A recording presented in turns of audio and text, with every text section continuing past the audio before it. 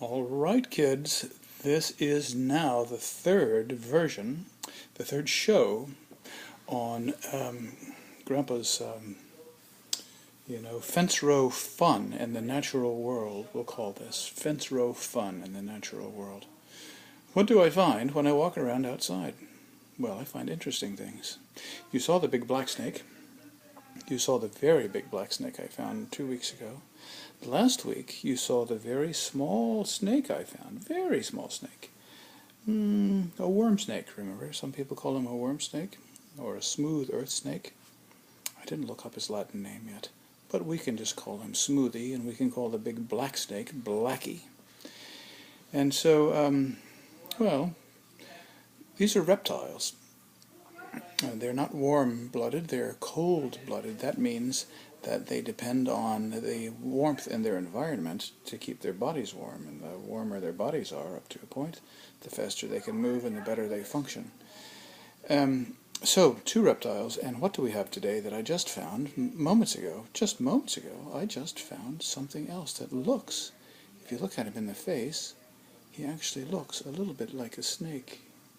There, can you see him? His face is a little bit snaky. Of course, though, now that you can see all of him, not just his face, you see that he's not a snake at all. He's a big, medium-sized, actually, eastern box turtle. Where did I find him?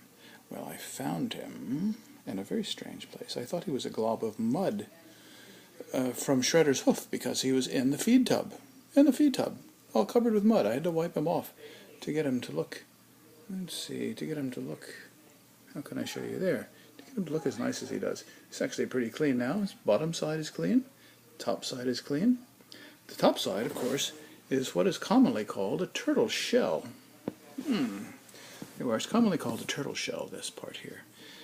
It's big, it's round, it's sort of shaped like a rock, but it has beautiful orange and black patterns on it. You can see the orange and black.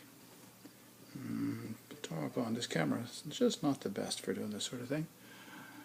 Turn him around this way, you can see his face. Can you see his face? Maybe it's the lighting that's partly the problem here. It's beginning to get dark outside. Anyway, he's a handsome turtle. He's about 5 inches long, with his head stretched out and his tail stretched out. He's probably about 6 inches long. He's not a real big fellow, but he's in good shape. No cracks. He's not at all shy.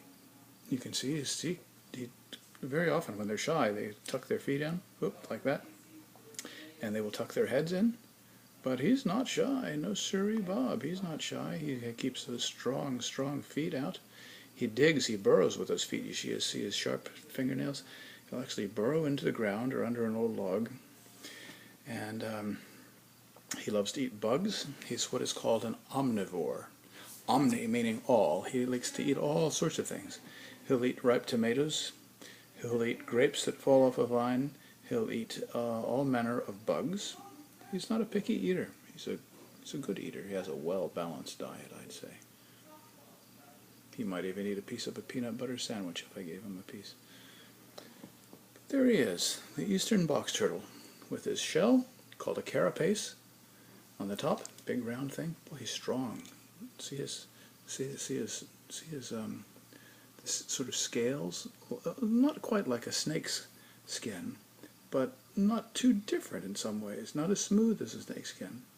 Tough though, and he can just push up against things, and it's a little bit like armor for him. He's pretty tough. He's tough on the outside. His legs are tough. He just opened his mouth a little bit. Yeah, I wish you could see his eye a little better. He does have a tail too. Just a moment ago he had his tail out and he was sort of wagging his tail when he moved his feet. So there he is. That's this week's cool specimen, an eastern box turtle. He's very cool. Very cool. Very cool eastern box turtle.